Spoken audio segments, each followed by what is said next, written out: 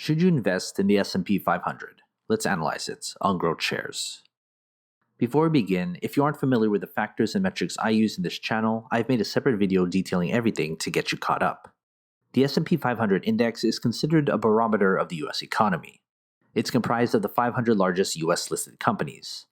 Although you can't invest directly in the S&P 500 index, there are a number of popular ETFs that track it. Regardless of which index ETF you invest in, they're basically the same and they track the same thing. So then how can we analyze the S&P 500 index? I've analyzed every company in the index, and that's where we'll begin. However, each company carries different weights, with Apple, Microsoft, Amazon, and so forth having the most impact on the index. We combine all these company grades together and treat the S&P 500 as if it were one giant company. We'll add the business, the stock, and the price together to get the final grade for the S&P 500. Just like my other videos, each factor and metrics are graded from 0 to 99, with 50 to 59 being considered average. I encourage you to pause this video anytime so you can better understand the numbers. Let's first look at the business. The business factor accounts for 45% of the analysis. What we ask is, do we think the S&P 500 has good fundamentals? The business factor is made up of these 6 metrics, each weighted based on importance. Here are the 6 metric grades. And when put together, we get the business grade for the S&P 500. Let's next look at the stock.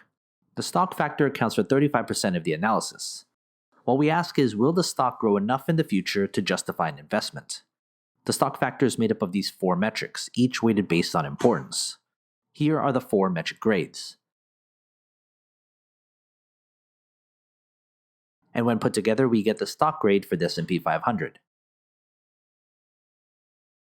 Let's then look at the price. The price factor accounts for 20% of the analysis. The price examines the intrinsic value or fair value price of the stock. The price factor is made up of only one metric, the intrinsic value. Here is the intrinsic value and the price grade for the S&P 500.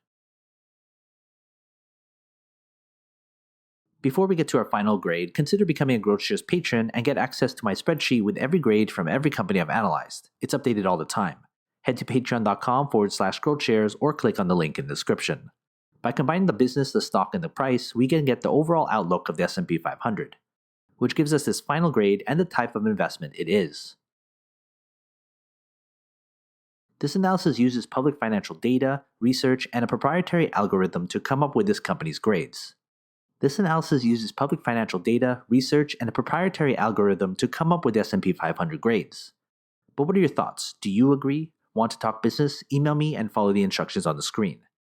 Invest wisely, and as always, take care of your money.